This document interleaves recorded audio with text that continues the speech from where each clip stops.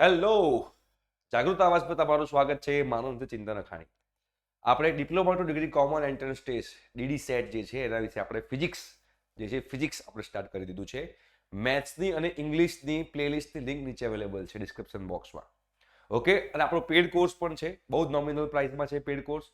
એમાં બધું જ અવેલેબલ છે, કેમેસ્ટ્રી, બેઝિક એન્જિનિયરિંગ સાથે extra live session, doubt solving session એ બધું જ છે. બરોબર, એ કોર્સમાં જોડાવું હોય તો કોર્સની લિંક પણ નીચે અવેલેબલ છે. ઓકે, અને એ લોકો માટે આપણે અલગથી વોટ્સએપ ગ્રુપ પણ બનાવ્યા છે, જે લોકો કોર્સમાં જોડાયા હોય એ લોકો માટે.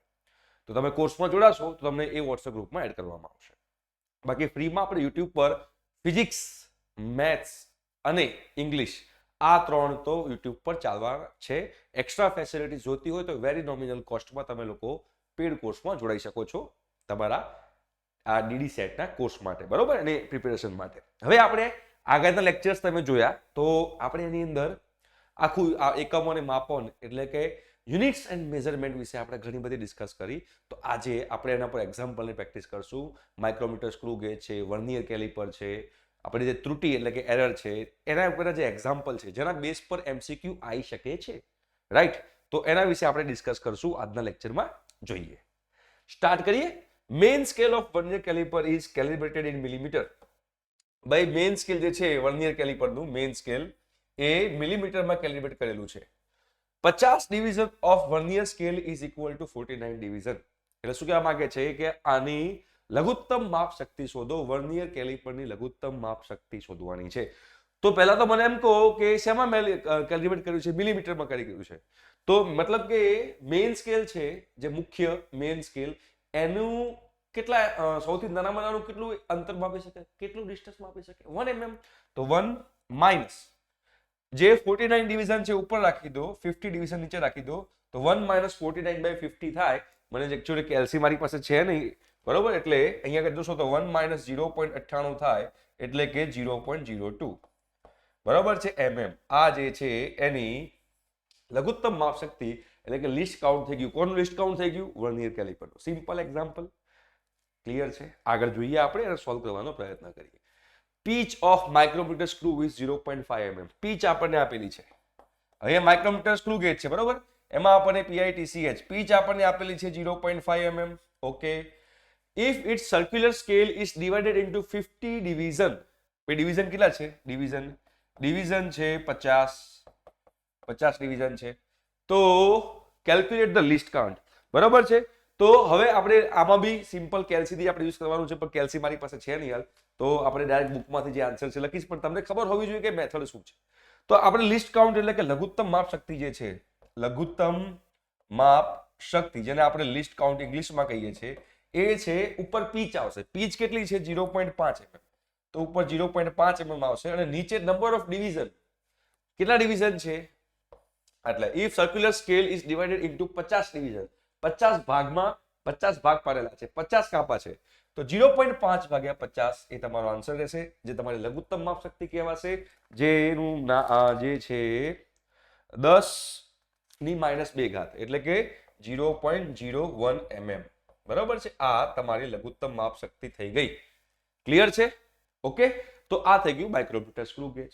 તમને સિમ્પલ એના જે ઇક્વેશન જે છે એ તમને ઇક્વેશન આવડતા હોય તમે ઇઝીલી સોલ્વ કરી શકો એકદમ પપલા રીતે, કોઈ ટેન્શન લેવાની જરૂર નથી.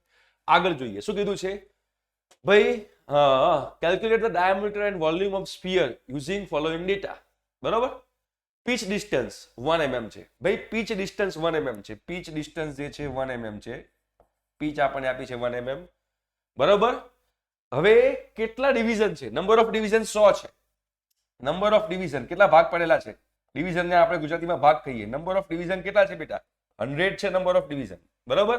મેઇન સ્કેલ રીડિંગ શું છે? મેઇન સ્કેલ રીડિંગ 4.5 છે. મેઇન સ્કેલ રીડિંગ 4.5 છે અને 47th નંબરનો ડિવિઝન કોઇન્સાઇડ થાય છે, એટલે 47 નંબરનો કાપો પપ્પી કરે, કોઇન્સાઇડ થાય એટલે પપ્પી કરવી. તો રીડિંગ કેવી રીતે કરવાનું બેટા? રીડિંગ આપણે આવી રીતે કરી શકીએ. મેઇન સ્કેલ રીડિંગ કેટલું છે? 4.5 mm. તો 4.5 mm પ્લસ એ તો મૂકી દેવાનું. મેઇન સ્કેલ રીડિંગ હોય તો મૂકી દેવાનું 4.5 પ્લસ. ભાઈ લિસ્ટ કાઉન્ટ કેટલું છે? લિસ્ટ કાઉન્ટ આપણને ખબર નથી, પણ આપણને લિસ્ટ કાઉન્ટ શોધી શકીએ છીએ. કેટલું થાય least count? Pitch upon number of division. Pitch upon number of division આપણું લિસ્ટ કાઉન્ટ થાય, લઘુત્તમ માપ શક્તિ. તો પીચ આપણને 1 mm આપેલી છે, અને નંબર ઓફ ડિવિઝન આપણને 100 આપેલા છે અને ગુણ્યા કયા નંબરનો કાપો પપ્પી કરે છે, કયા નંબરનો ડિવિઝન મેચ થાય છે, કોઇન્સાઇડ થાય છે, તો 47 નંબરનો, તો ઇન્ટુ 47 કરી દો. બસ તો આ પહેલા કરવાનું, પછી એને 4.5 માં એડ કરો તો તમારો આન્સર શું આવશે આપણે જોઈ લઈએ. ક્યાં છે બેટા? ઓકે, ક્યાં ગયું? હા ઓકે, ડન છે. કેટલું છે? 0.497 સેન્ટીમીટર આવશે. કેટલો આવશે? 0.497 સેન્ટીમીટર એટલે 4.97 mm આવશે. 0.497 સેન્ટીમીટર કરી નાખીએ આપણે. ડી બરાબર શું આવશે? 0.497 સેન્ટીમીટર. 0.497 સેન્ટીમીટર. ક્લિયર છે? કશું અઘરું નથી આની અંદર, આવડી જાય એવું જ છે. ઓકે, હવે આપણે તમે જોશો, આપણે હવે આગળ વધીએ તો આપણે ડી મળી ગયું. આપણને અહીંયા ડી મળી જાય પછી શું કરવાનું છે? આપણને ડી મળી જાય પછી તમને શોધવાનું કીધું છે. શું? વોલ્યુમ. આપણને વોલ્યુમ શોધવાનું કીધું છે. આપણને કદ શોધવાનું કીધું છે. તો એ તો આપણને ખબર જ છે, 4/3 પાઈ r નો ક્યુબ છે. આ તો ઇક્વેશન આપણને ખબર હોવી જ જોઈએ. બરોબર? કદ, વોલ્યુમ, સ્ફિયર નું, ગોળાનું કદ કેટલું થાય? 4/3 પાઈ r નો ક્યુબ. તો શું થશે? 4/3 ગુણ્યા પાઈ. r કેટલો છે? 0.497. 0.497 બાય 2 કરવું પડશે ને, કેમ કે આ તો વ્યાસ છે. ડાયામીટર એટલે વ્યાસ આવ્યો આપણે, તો એનો ક્યુબ કરવાનો. બસ. હવે આ તો કદાચ MCQ માં ના પૂછાય તો આપણી પાસે કેલ્ક્યુલેટર હોવું જોઈએ. બરોબર? કેલ્ક્યુલેટર હોય, જો કેલ્ક્યુલેટર એલાઉડ હશે તો આ પૂછાશે, કેલ્ક્યુલેટર એલાઉડ ના હોય તો આવા ના પૂછાય. ઓકે, તો ડાયરેક્ટ અહીંયા આન્સર લખું છું. કેટલો આન્સર છે બેટા? 0.06425. 0.06425 સેન્ટીમીટર ક્યુબ. આ તમારો આન્સર થઈ ગયો. બરોબર? 64 છે. યસ. જો આ એક ક્વેશ્ચન હતો, એનો મેં આન્સર અહીંયા આગળ લખ્યો છે. સિમ્પલ, કશું અઘરું નથી. આગળ જોઈએ. આ માઇક્રોમીટર સ્ક્રૂ ગેજ છે, એનું મને લિસ્ટ કાઉન્ટ આપેલું છે. લિસ્ટ કાઉન્ટ એટલે કે લઘુત્તમ માપ શક્તિ આપી છે 5 × 10⁻⁶ મીટર. અને કેટલા ડિવિઝન છે? 100 ડિવિઝન છે. કેટલા ડિવિઝન છે? નંબર ઓફ ડિવિઝન કેટલા છે? 100 છે. તો મને શોધવાનું શું કીધું છે? પીચ. હવે આપણને પેલું સૂત્ર ખબર હોય, પપલું સૂત્ર હતું. શું સૂત્ર હતું? કે લિસ્ટ કાઉન્ટ બરાબર pitch upon number of division. બરાબર? તો લિસ્ટ કાઉન્ટ કેટલું છે? 5. તો 5 × 10⁻⁶ is equal to pitch divide by 100. તો 100 ને આ બાજુ લઈ જાઓ તો 5 × 10⁻⁴ થઈ જાય. બરાબર? બરાબર. પીચ. આ તમારી પીચ થઈ ગઈ. આ પીચ તમારી મીટરમાં આવી. શેમાં આવી? મીટરમાં આવી. બરાબર? મીટરમાં આવી છે. તમારે જોઈને mm માં લાવી તો ગુણ્યા 1000 કરી દેવાનું. તો 5 × 10⁻⁴ ગુણ્યા 1000 કરી દો તો એ જે આવશે પીચ તમારી mm માં આવશે. તો 5 × 10⁻1 બરાબર પીચ. એટલે પીચ કેટલી આવશે બેટા? 0.5 mm. 0.5 mm. બરાબર છે? 0.5 mm માં આવી અને આ તમારી મીટરમાં આવી. ખબર પડે છે શું કહેવા માંગુ છું બેટા?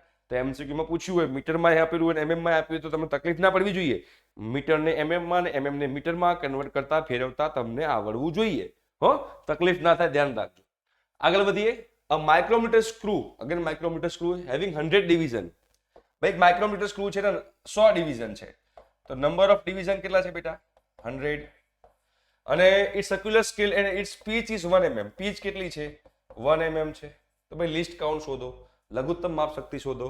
તો લિસ્ટ કાઉન્ટ એટલે કે લઘુત્તમ માપ શક્તિ બરાબર પીચ છેદમાં number of division 0.01 mm. Answer તમારો આવી ગયો, લઘુત્તમ માપ શક્તિ. જય માતાજી, લેટ્સ રોક. આવડી જાય કે ના આવડી જાય? નેક્સ્ટ જોઈએ. આ જો હવે અહીંયા આગળ તમે જોશો તો શું કીધું છે? When a cylinder grip between two jaws. એક નળાકાર છે, એને વર્નિયર કેલિપરમાં ફિટ કરેલો છે. વર્નિયર કેલિપર આપેલું છે, એમાં નળાકારને ફિટ કરેલો છે. બરાબર? Zero of vernier caliper lies between. Vernier કેલિપરનું જે 0 છે, 0 નંબરનો કાપો છે, 0 નંબરનો કાપો એ 4.6 અને 4.7 વચ્ચેની 4.6 અને 4.7 વચ્ચે છે. તો એનો મતલબ શું છે? મેઇન સ્કેલમાં તમારે શું લેવાનું? 4.6 લેવાનું. કેમ કે 0 નંબરનો કાપો જે છે, 0 નંબરનો કાપો એ 4.6 અને 4.7 વચ્ચે છે. તો 4.6 અને 4.7 ની વચ્ચે હોય તો આપણે એને 4.6 સમથિંગ કહેવાય. એટલે 4.6 પ્લસ કંઈક હશે. તો 4.6 પ્લસ તમારે શું કહેવાનું? કયા નંબરનો કાપો મેચ થાય છે? 7મા નંબરનો કાપો મેચ થાય છે અને એના ગુણ્યા તમારે 0.01 કરી દેવાનું. એટલે કે 4.6 પ્લસ 0.07 થાય. એટલે તમે આ કરશો તો આવશે 4.67 સેન્ટીમીટર. આ તમારું માપ થઈ ગયું. પણ તમને કીધું છે અહીંયા એરર છે. 0.02 ની, અને 0.02 ની એરર છે ને આગળ પ્લસ છે.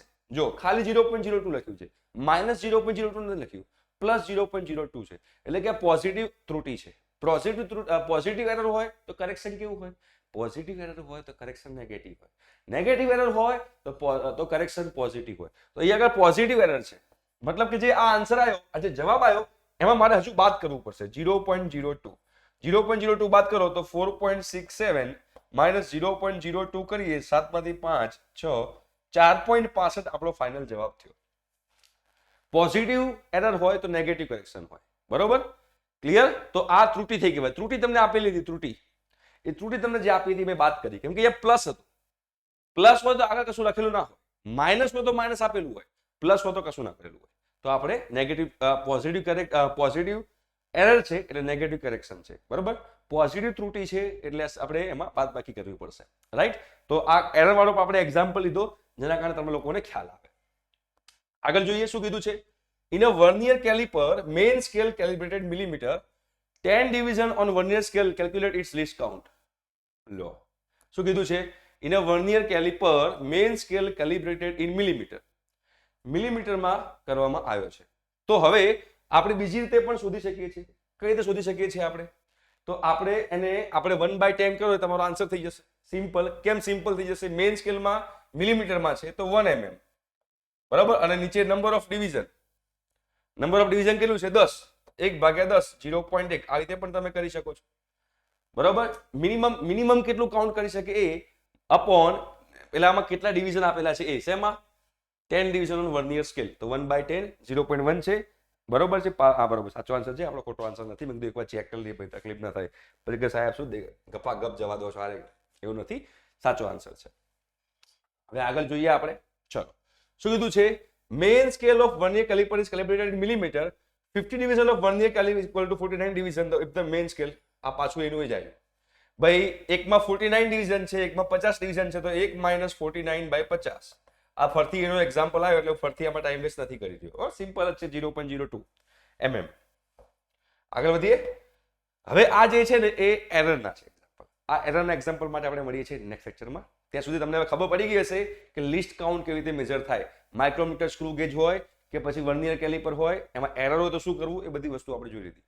હવે ખાલી ને ખાલી એરરના એક્ઝામ્પલ જોઈએ કે એરર શું કહેવા માંગે છે. ઓકે, એના માટે તમારે આવવું પડશે નેક્સ્ટ લેક્ચરમાં. ત્યાં સુધી બાય.